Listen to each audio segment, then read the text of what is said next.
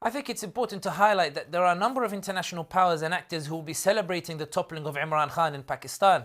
Among them are Saudi Arabia, the UAE, and the European far right, who have been exceptionally uncomfortable with Imran Khan's loud and outspoken defense of Islam and the implications of his soaring popularity in the Muslim world in a period in which they are seeking to de-Islamize their societies and move away from Islamic influences.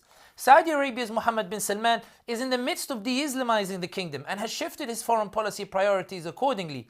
When Israel stormed the Al-Aqsa Mosque and bombarded Gaza last year, Saudi media backed the Israeli narrative and blamed the Palestinians, while Imran Khan lambasted the Israeli oppression.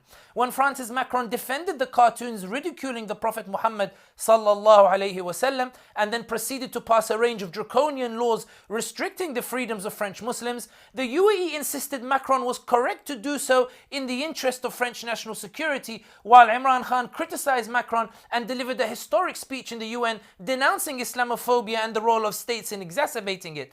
In 2019, Malaysia's Mahathir Mohamad sought to convene a summit of Muslim nations in protest at Saudi and UAE policies and invited Pakistan, Indonesia, Turkey and Qatar. With Pakistan and Indonesia, the summit would have represented more than half of the world's Muslim populations. Saudi Arabia and UAE panicked and proceeded to threaten Imran Khan by telling him they would withdraw investments and send Pakistanis back to Pakistan if he attended. Saudi and the UAE have also been annoyed at the manner in which Imran Khan has sought to use the OIC to try to force them into positions on issues such as Kashmir and Palestine.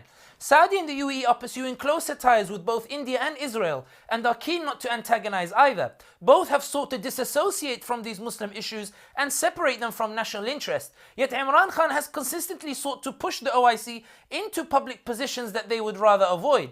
For the far right of Europe, the momentum Imran Khan inspired in Muslim communities and his persistence in pushing for measures at the UN against Islamophobia have been a source of particular irritation.